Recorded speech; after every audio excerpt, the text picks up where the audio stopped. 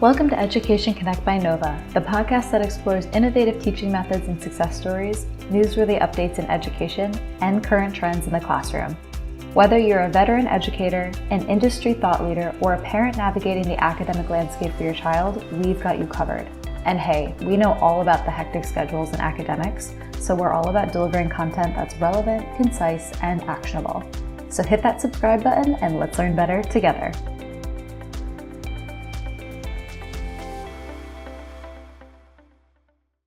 Hi, everyone, and welcome to Education Connect by Nova, the podcast where we learn from experts, innovators, and leaders in the world of education.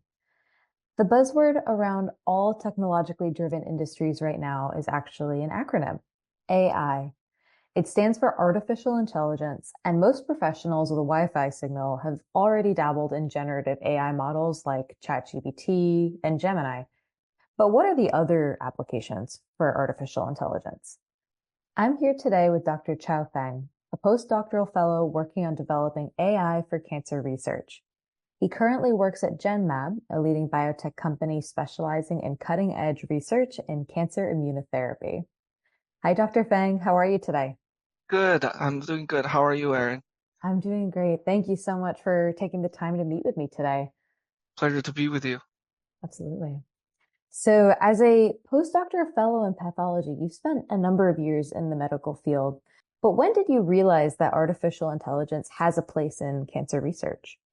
I think I started to realize that probably at the beginning of my PhD. My doctoral thesis was focused on developing AI algorithms to analyze images of cancer tissue to help diagnose cancer and find patterns that may indicate the seriousness of the disease or suggest a certain type of treatment might be helpful for a particular case of cancer.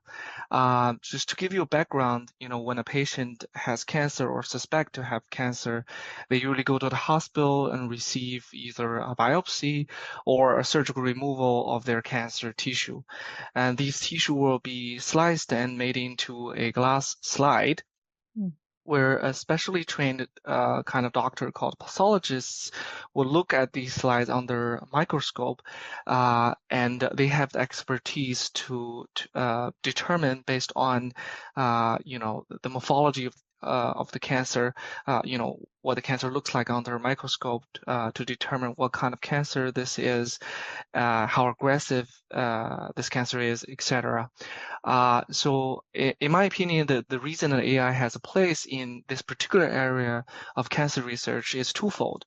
Number one, it really takes a lot of resources to train a pathologist. There is, in fact, a disparity of number of pathologists globally. Here in America, we have a lot of pathologists, but in countries like Africa, in many countries in Africa or in my home country, China, there is actually a shortage of pathologists. So one of our goals is to develop algorithms that can help pathologists to do what they do in a more robust and cost-efficient way. Mm. And another reason that AI has a place in my particular area of research is that for the past decades or so, all these routinely generated slides, images of cancer tissue from hospitals has been digitally scanned and stored. So now we have this huge amount of data available from different hospitals across the globe, which really contains a lot of insights that can help us to develop a deeper understanding of cancer. For example, what's the distinctions and commonalities between different type of cancers, and how does it affect the decision on choosing a particular treatment for a specific case of cancer? So AI has the advantage of being able to take in all this data in a much more efficient way compared to human pathologists. So can really help us discover this kind of knowledge from all this data.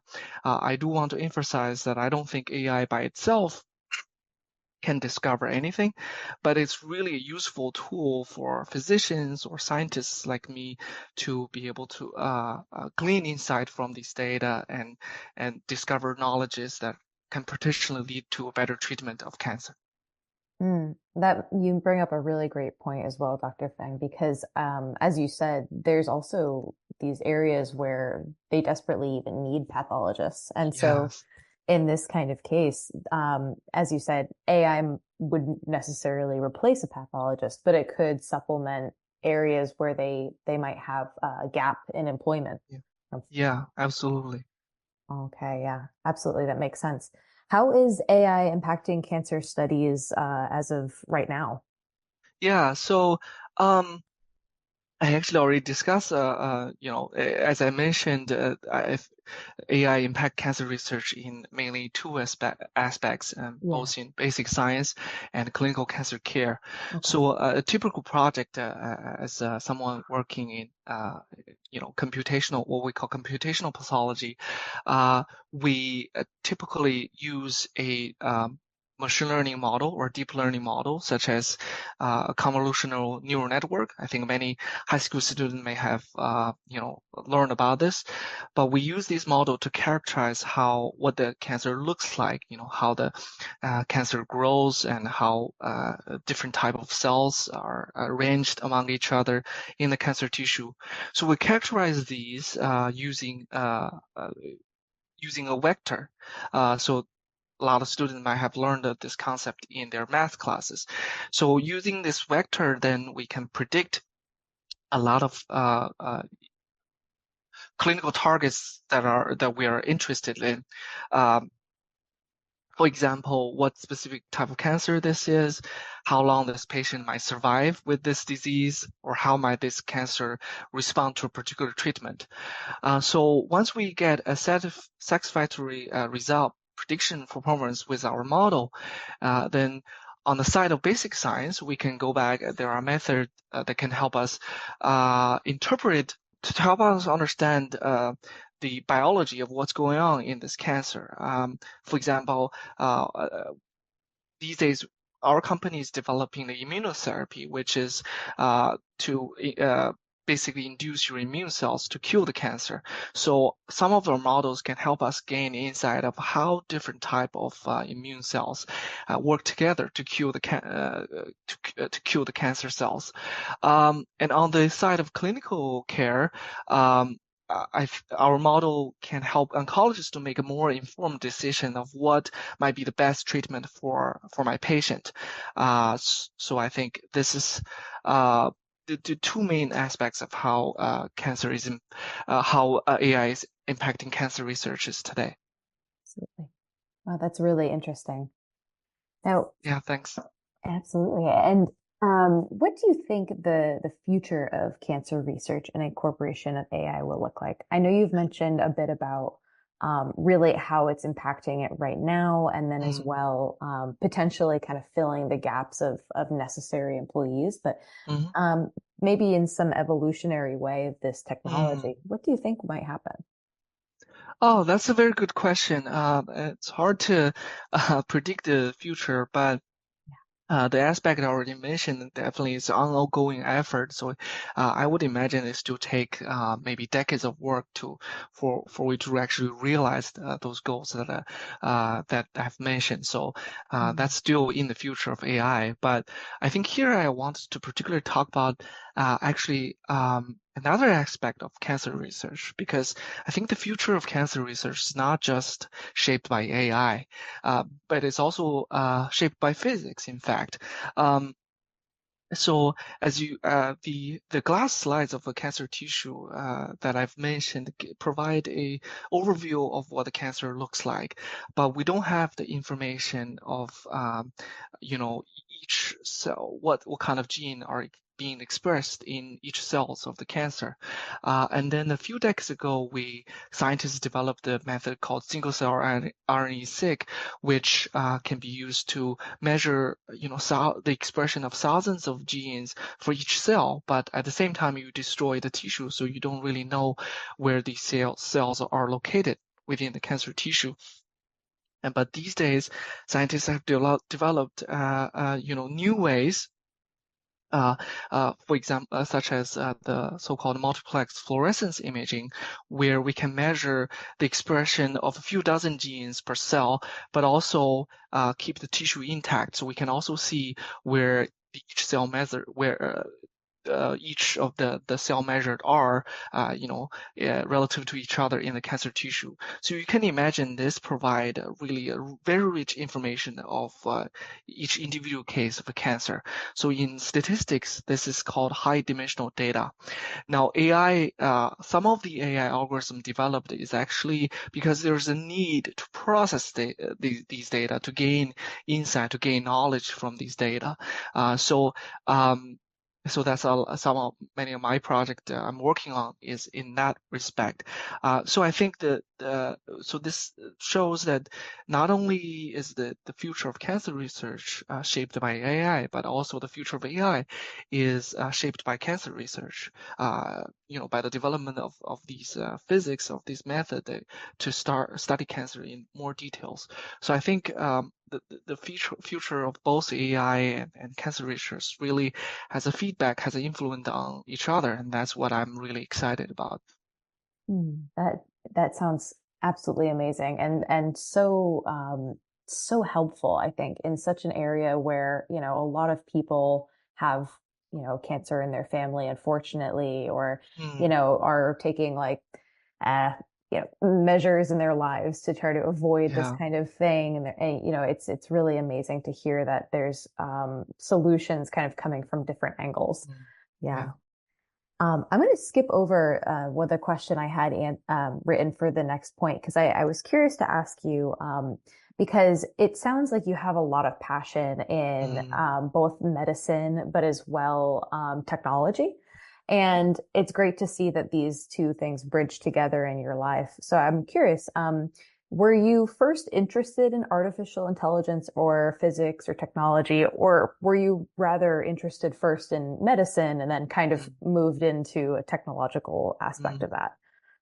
Yeah, that's a very good question. I think I would say actually for me, I was probably interested in AI first, Mm, and then the interest in cancer research came a little later.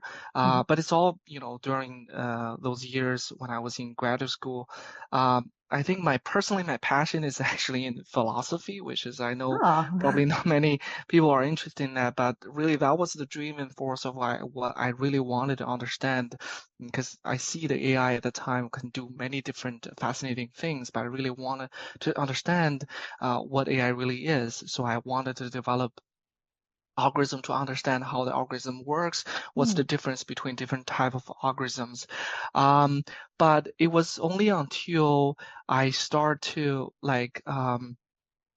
in my social life, in fact, when people ask me what I do, I would tell them this is what I do, and then people would share with me their stories of their family who are suffering from cancer or maybe passed away from cancer, and that really moved me, and I realized actually how important what I do is in terms of mm, applying AI to cancer research, and then I gradually developed I would say a deeper passion for doing cancer research because I think, AI really has, as I mentioned, has a place in improving, giving us a deeper understanding of cancer and potentially develop a more specific treatment for different kind of cancer that could help improve the patient's lives. mm. That's amazing. That's really, really super cool, I have to say. Thank you, thank you. So AI is estimated to reach $1.8 billion by 2030. And it's already such a huge topic in so many different industrial areas. Yeah, certainly every department and most companies are looking for ways to utilize AI.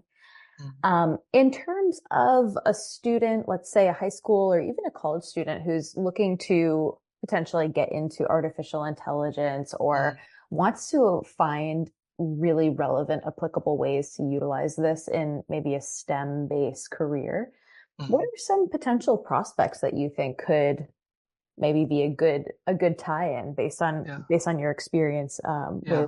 pathology? Yeah, so I think there are many things, these days in industry where you apply AI. Everybody's trying to apply AI these Yeah. days, and just within even healthcare itself, what I do, is actually just very small part of what you can do with AI in healthcare. In fact, what I do is just a small part of what you can do, in cancer research, but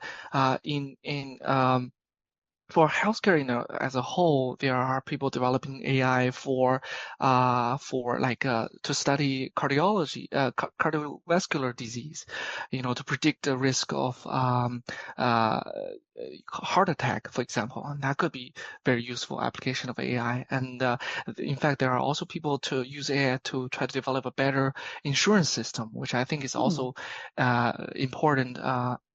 Here in this country or in many other countries. And further, like AI outside of healthcare, one important area of application of AI is in transportation, like self-driving cars.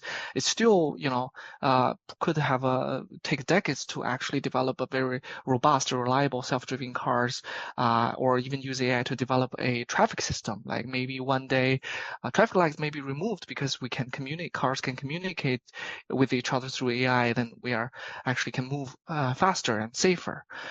So I think these are all very interesting areas that students can consider. But I think for high school students, it's actually very important to think about what kind of major you want to do in college. I don't think, even though I did a graduate degree, I don't think you really need an advanced degree to in the future to be able to work in the AI industry. In fact, I probably wouldn't recommend someone to do a PhD without a serious consideration. But if you want to go into AI, maybe you should consider computer science, but not just that. Maybe a more interdisciplinary major. Like I'm always since college, I'm always like half biology and half computer science. And I think the domain knowledge of what the area that you want specifically apply AI in is also very important for you to be able to develop good and robust algorithm in the future. Mm-hmm. Okay. And what about in terms of maybe a student who really hears this podcast, let's say, and they love the idea of using AI in ethical and applicable ways or towards a solution for curing or even identifying diseases or identifying treatments. Mm, What are some maybe resources you might suggest for a student who's kind of just getting yeah. started learning about this area? Where can they learn more?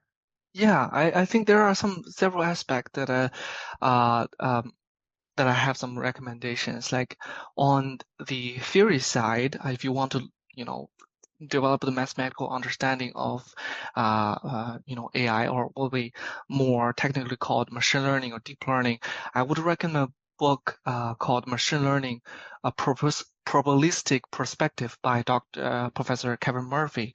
I think he's a professor in maybe University of British Columbia, if I remember correctly. This book, it used to be a one volume, but I think in the last uh, couple years he actually rewrite it into two volume, and the book is actually free on his website. So Oh, it's a very huge book. I use it sometimes as a sort of a dictionary when I want to remember an algorithm. So that really lies down the foundation if you wanted to go into AI. On the practical side, I would encourage high school student to actually just get their hand dirty, start coding up algorithms, start to use AI to solve problems. And I think a very useful website, I never actually did myself, but many people said it's very good to do these kind of contests called Kaggle contests. There are a lot of interesting problems that you can solve using by coding up AI algorithm yourself. So I think it's actually important to actually get your hands on it so that you can know whether you are actually interested in solving these problems. And finally, actually, as I mentioned, I am interested in philosophy. So if there are some students are interested in this, I would love to recommend a book called Uncertainty: The Soul of Modeling Probability and Statistics by Dr. William Briggs. I think this book can give you an idea of, or maybe inspire your interest in understanding what AI actually is, what scientists practice AI, what they actually do. So so I think these are some of my suggestions. Hope it will be helpful. Oh, they sound amazing. Actually, these books do sound incredibly interesting. I mean, even though I'm not necessarily in this field at all, marketing and cancer research don't have a ton of crossover. But Mm, but what I do think is really interesting is all of these different viewpoints that you can have on AI and its application. As we can clearly see, I mean. A lot of industries utilize generative AI, but they might not realize that there's so many other possibilities yeah. beyond, just like ChatGPT, for example. Mm, And I really like this idea here that you have about playing with some Kaggle contests on the computer, or even accessing Dr. Kevin Murphy's book. As you said, it's free on his website. So these are all really great resources for someone who's kind of getting started in this area. mm. Now, do you think that this is a good career choice for students maybe interested in STEM? Why not? And, if you have some other kind of focus areas or suggestions, feel free to add them. Yeah. Um, that's a very good question. I think I would say like my my thinking is that whatever we choose to do as a career, it has to be for the common good of society. And as we discussed, there's so many different applications of AI, and then many of them.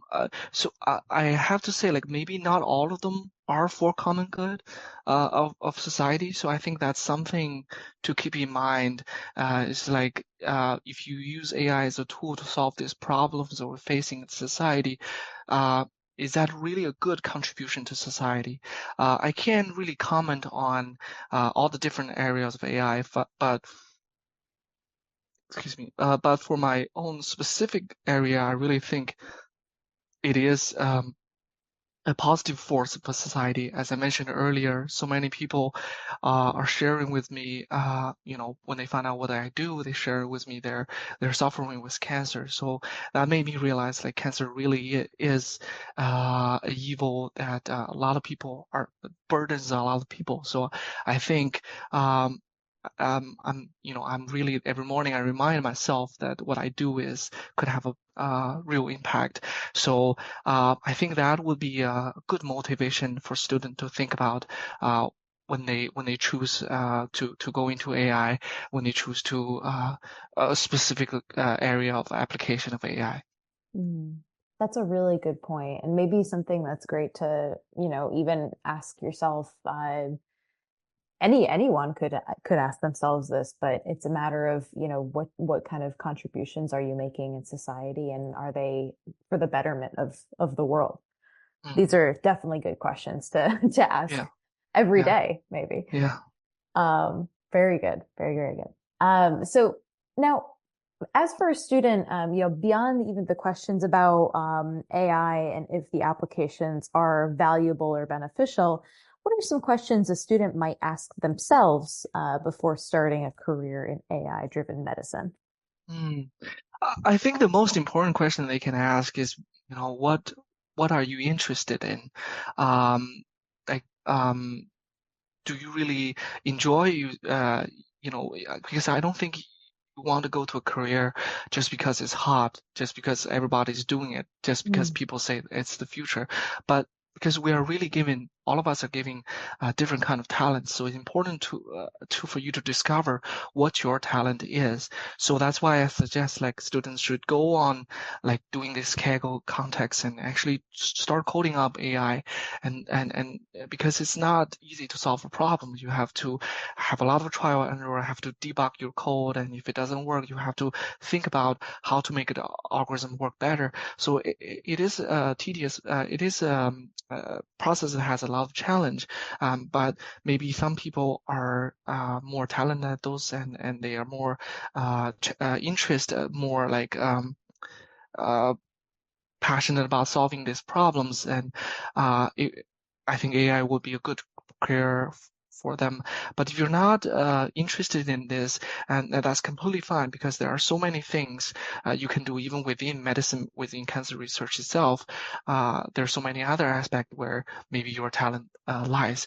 And I think there's maybe another aspect is if you find yourself interested in this, you can also ask yourself, why do you like to do this? Because I think there is a difference between enjoying the success of developing a good algorithm than the delight in the discovery of truth. Because I think what we do as a scientist is in fact the most important thing is to pursue the truth. The truth is always there, but you use AI as a tool to discover them.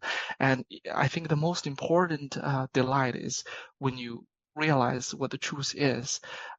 So I think that's something that as you practice, as you learn, as you work on these problems, you can ask yourself these questions that can be helpful for Mm. you to choose a career. Mm. That's really good advice. Thank you so much. Yeah, That sure. I think that this is an incredibly helpful podcast, especially honestly, and it could go beyond medicine or AI. Really, these are great questions to ask oneself in any application or any field. What are you interested in? What do you like to do? And is this something that you are curious about? Where can you find truth? These are all really, really great, important questions. And a bit philosophical, I have to say. So Yeah. I can see your passion here for sure. Yeah. Well, very good. Well, thank you so much, Dr. Feng. Before we finish up, is there anything that we didn't cover that you wanted to add? Yes, maybe I think the only point I want to maybe add is, we spent the past half an hour or so discussing AI, but we didn't really, define what AI is. And part of the reason is it's actually hard to define because AI has so many different applications. Mm, But when we say the term artificial intelligence, there's always this connotation as if machine can become intelligent the same way that a human being is intelligent. In fact, that's where the fear comes from, like AI might take over the world one day from all this science fictions and stuff.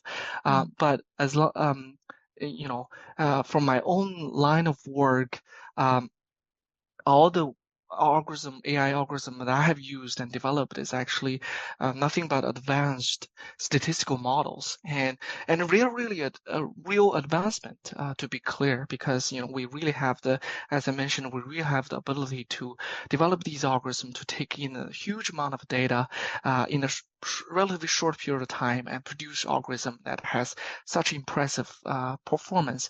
But on the other hand, I think it might be interest for some student to think about what AI actually is. Are they, or maybe like another question is what does it mean to understand something? If I could actually recommend another book, it's called The Emperor's New Mind, which I think would be a fascinating reading for some of the students. It's written by this physicist. Sir Roger Penrose. I think he won a Nobel Prize in Physics in 2008 for his contribution in black holes. But in this book, he discuss what's the nature of consciousness and what does it mean to understand something and what's the difference between that and computing something with a computer. So I think mm, these are good things to explore, especially at a young age. Um, mm. The Emperor's New Mind. That was yes, the okay. the That title of the book. Yeah. that sounds very interesting. Absolutely. And as you said, this is definitely important to understand the differences between the human mind and AI. So extremely, extremely important. Thank you so much. Yeah, sure. You're welcome. Wow. Well, thank you again, Dr. Feng. This was an incredible 30 minutes. I personally learned a lot. So thank you for Yeah. sharing your thoughts and your sentiments. And I'm really excited to hear about your career and how you're going to, really change the face of pathology and cancer research. And I'm excited for the future. Sure. Yeah. Thank you, Erin.